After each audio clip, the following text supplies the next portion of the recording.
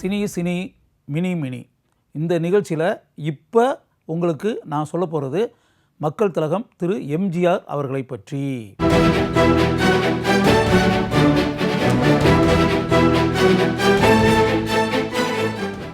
எம்ஜிஆர்களுடைய கொடைத்தன்மை, கொடைவள்ளல் குணம், இதை பற்றி நீங்கள் நிறைய கேள்விப்பட்டிருப்பீங்க, நிறைய படிச்சிருப்பீங்க, நிறைய பேர் சொல்லியிருப்பாங்க, அதை நீங்கள் கேள்விப்பட்டிருப்பீங்க.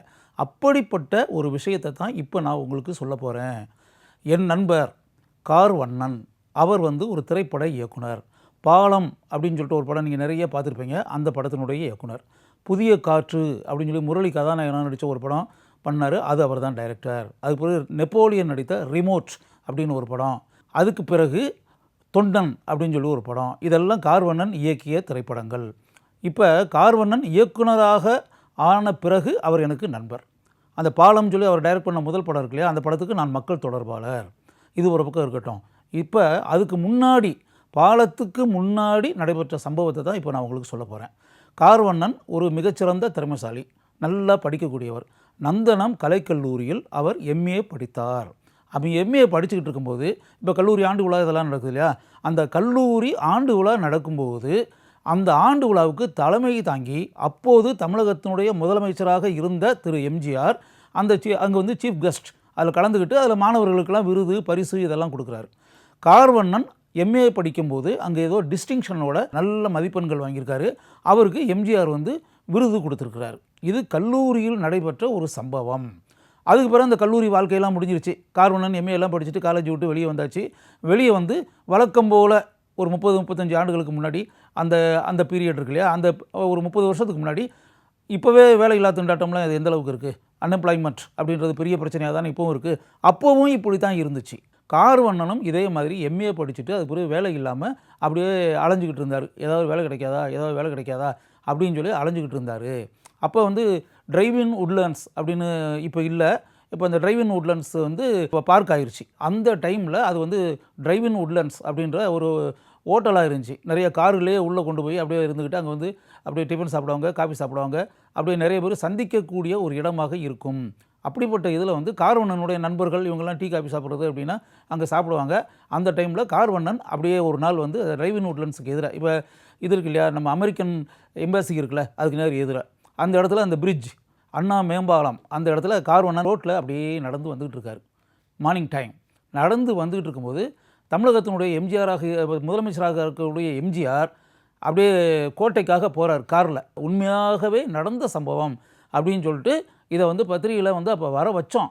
பாலம் படம் கார்வண்ணன் டைரக்ட் பண்ண பிறகு அவருடைய பேட்டி இதெல்லாம் பத்திரிகையில் வரும்போது, அந்த படத்துக்கு நான் மக்கள் தொடர்பாளராக இருந்ததுனால கார்வண்ணனுடைய நேர்காணல் இதெல்லாம் பத்திரிகையில் வரும்போது இந்த விஷயத்தெல்லாம் கார்வண்ணன் வாயாலேயே சொல்லி பத்திரிகையாளர்கள் அப்போ எழுதுனாங்க. இப்போ அந்த 9:30 10 o'clock அனுசரித்து எம்ஜிஆர் போகக்கூடிய நேரம் இருக்கு இல்லையா, அப்படியே சாரியாக வாகனங்கள் இருக்குது, எம்ஜிஆர் அதில் போய்கிட்டே இருக்கார். போய்கிட்டே இருக்கக்கூடிய எம்ஜிஆர், காரில் உட்காந்துருக்கக்கூடிய எம்ஜிஆர் அப்படியே ரைட்டில் அப்படியே பார்க்குறாரு. டிரைவின் உட்லண்ட்ஸ் முன்னாடி ஒரு இளைஞன் அப்படியே தொங்கி போன தலையோட, தொங்கி போன முகத்தோட, சோகமாக ஒரு இளைஞன் நடந்து போகிறத பார்க்குறாரு. நல்லா யோசிச்சு பாருங்கள். இவர் அந்த நந்தனம் ஆர்ட்ஸ் காலேஜில் நடந்த விழாவில் போய் ஒரு பங்கு பெற்றிருக்காரு. அதில் ஒரு மாணவனுக்கு ஒரு விருது கொடுத்துருக்காரு, அவ்வளோதானே. அந்த மாணவனுடைய முகம் மனசில் பதிஞ்சுக்கிட்டா இருக்கும். எம்ஜிஆர் மனசில் அந்த கார்வண்ணனுடைய முகம் பதிஞ்சிருக்கு. அதான் ஆச்சரியமான ஒரு மேட்டர். எம்ஜிஆர் அப்படியே காரை நிறுத்தி அந்த ஓரத்தில் அந்த சுவர் பக்கத்தில் ஒரு இளைஞனை ஒருத்தன் நடந்து போயிட்டுருக்கான்ல, அந்த இளைஞனை இங்கே கூப்பிடுங்கன்னு சொல்லிட்டு. நீங்கள் யோசிச்சு பாருங்கள், இதெல்லாம் நடக்கிற மேட்டரா? சரின்னு சொல்லிட்டு அங்கே காவல்துறை பீப்புள் கூட இருப்பாங்கள்ல, அவங்க கார்வண்ணனை நிறுத்தி, சார் கொஞ்சம் நில்லுங்க அப்படின்னு, உங்களை சிஎம் கூப்பிடுறாருன்னு. இவருக்கு ஆச்சரியம், சிஎம் கூப்பிடுறாரா? உடனே ரோடை கிராஸ் பண்ணி அப்படியே வர்றாரு. அவருடைய அந்த வாகனம், எம்ஜிஆர் உட்காந்துருக்கக்கூடிய வாகனத்தில் பின்னாடி இது பண்ணி பின்னாடி உட்காருன்னு. இவர் ஏறி கார்வண்ணன் எம்ஜிஆர் போகிற வாகனத்தில் கார்வண்ணன் பின்னாடி உட்கார்றாரு. எம்ஜிஆர் இப்போ அப்படியே மறுபடி வாகனங்கள் போய்கிட்டே இருக்குது. வாகனங்கள் போய்கிட்டே இருக்கும்போது போகிற வழியிலேயே எம்ஜிஆர், இதெல்லாம் கார்வண்ணன் என்கிட்ட சொன்ன மேட்டர்.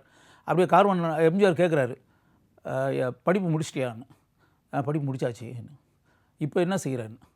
இப்போ நான் ஒன்றும் செய்யலை, சும்மா தான் இருக்கேன். அப்போ கையை வச்சு காமிச்சு, சாப்பாட்டுக்கு என்ன பண்ணுறேன்னு. சாப்பாட்டுக்கு எங்கள் அப்பா இது மாதிரி வேலையில் இருக்கார், அவர் எனக்கு சம்பளம் வாங்கி அவர் சாப்பாடு போடுறாருன்னு. எம்ஜிஆர் சிரிச்சுக்கிட்டே கேட்டாராம், அப்படியே வெக்கமாக இல்லையா அதை சொல்கிறதுக்குன்னு. அதாவது அப்பா சம்பாத்தியத்தில் எம்ஏ படிச்சுட்டு ஸ்டூடெண்ட்டாக இருந்த நீ எம்ஏ படிச்சுட்டு வேலை இல்லாமல் அப்பா சம்பாத்தியத்தில் அப்பா போடுற சோறை நீ சாப்பிட்டுக்கிட்டு இருக்கே, அந்த சென்ஸில் எம்ஜிஆர் வந்து சிரிச்சுக்கிட்டே கேட்டாராம். இதை சொல்கிறதுக்கு வெக்கமா இல்லையா அப்படின்னு சொல்லி சிரிச்சுக்கிட்டே கேட்டாராம். இதுக்கு என்ன சொல்ல முடியும்?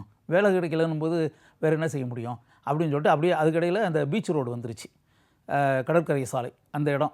அப்படியே அந்த இடத்துக்கு வந்த உடனே அப்படியே ரோட்டில் அப்படியே கோட்டைக்காக திரும்புதுக்கு லெஃப்ட்டில் காரு. அந்த இடத்துல எம்ஜிஆர் டக்குன்னு நிறுத்திட்டு இந்த இளைஞனுடைய அட்ரஸ்ஸு, முகவரி இதெல்லாம் வந்து அப்போ செல்ஃபோனு இந்த மாதிரி மேட்டர்லாம் கிடையாதுல்ல. இந்த முகவரியை வந்து வெஸ்ட் மாம்பலத்தில் அந்த அட்ரஸ் இதை எழுதி வாங்கிக்கோங்க அப்படின்னு உதவியாளர்கிட்ட சொல்கிறாரு. உடனே அவங்க வந்து அதை நோட் பண்ணி வாங்கி வச்சுக்கிறாங்க. இந்த சம்பவம் நடைபெற்ற ஒரு 3 நாட்களுக்கு பிறகு கார்வண்ணன் வீட்டுக்கு 2-3 ஆட்கள் வர்றாங்க.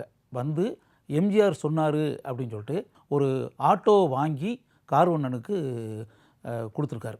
இதை வச்சு ஆட்டோ, ஏன்னா அப்போல்லாம் எப்படின்னா அந்த பீரியடில் ஒரு 30-35 வருஷத்துக்கு முன்னாடிலாம் 2 வகையான மேட்டர் இருக்கும். இந்த கிராஜுவேட்ஸு, போஸ்ட் கிராஜுவேட்ஸு இதெல்லாம் அப்படியே வேலைக்காக ட்ரை பண்ணி இப்படிலாம் முயற்சிகள் பண்ணி இப்படிலாம் இருக்குல்ல, அந்த பீரியடில் 2 வகையான இது இருக்கும். ஒன்று வந்து செல்ஃப் டெவலப்மெண்ட் அப்படின்ற பேரில் வந்து பேங்க் லோன் கொடுத்து நீங்கள் நிறைய இடங்களில் பார்க்கலாம். இந்த ஒரு சின்ன ஒரு தகரத்தில் ஒரு கடை மாதிரி போட்டு அதில் டீ, காஃபி, ஸ்நாக்ஸ் இந்த மாதிரி மேட்டர்கள்லாம் அதை சுய முன்னேற்ற அப்படின்ற மாதிரி ஏதோ ஒரு போர்டு போட்டிருப்பாங்க. போட்டு இது இளைஞர்களுக்கு இது மாதிரி சுயமாக முன்னேற சுய உழைப்பு அப்படின்ற பேரில் வந்து பேங்க் லோன் இதெல்லாம் கொடுத்து ஒரு டீ, காஃபி, ஸ்நாக்ஸ் இதெல்லாம் விற்கிற மாதிரி ஒரு சின்ன கடை.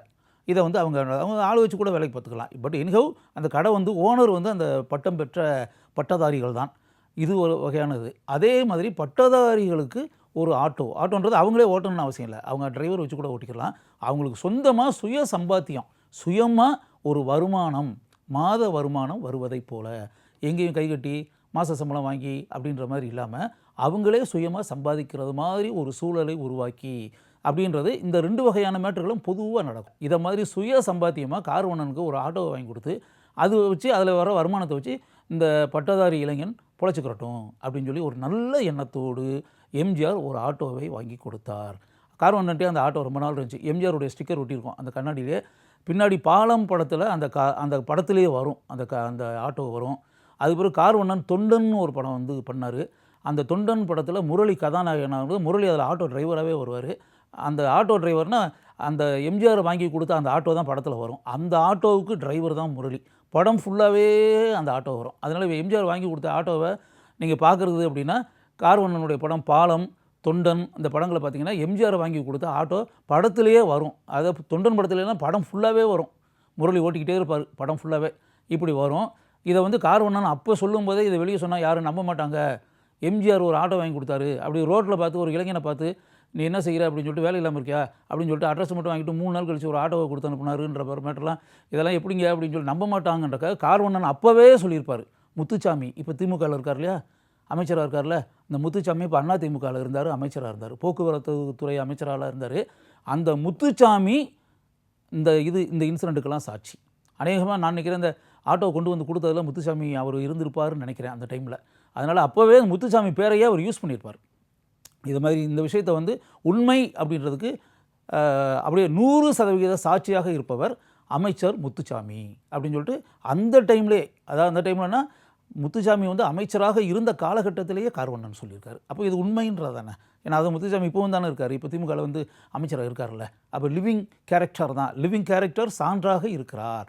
அப்போ இந்த நிகழ்ச்சியை நீங்கள் இந்த சம்பவத்தை நீங்கள் கேட்கும்போது உண்மையாகவே உங்களுக்கு ஆச்சரியமாக இருக்கும். அதை வாழ்க்கையில் இப்படிலாம் நடக்குமா? ஒரு கல்லூரி விழாவில் கலந்துக்கிட்டு இருக்கும்போது அதை பார்த்துட்டு இருக்க ஒரு ஸ்டூடெண்ட்டை பார்த்துட்டு எம்ஜிஆர் அதை ஞாபகத்தில் வச்சுக்கிட்டு அப்படியே ரோட்டில் நடந்து போயிட்டு இருக்கக்கூடிய ஒரு இளைஞனை பார்த்துக்கிட்டு அப்படியே வர சொல்லி உட்கார வச்சு அட்ரஸ் வாங்கி 3 நாள் கழித்து ஒரு ஆட்டோவை வந்து அவர் பிழைக்கிறதுக்கான வழி கிடைக்கட்டும் அப்படின்னு சொல்லிட்டு மனப்பூர்வமாக பிரியப்பட்டு அதை வாங்கி எம்ஜிஆர் வந்து அனுப்பி வச்சார் அப்படின்றதெல்லாம் இன்றைக்கி எம்ஜிஆர் உயிரோடு இல்லை.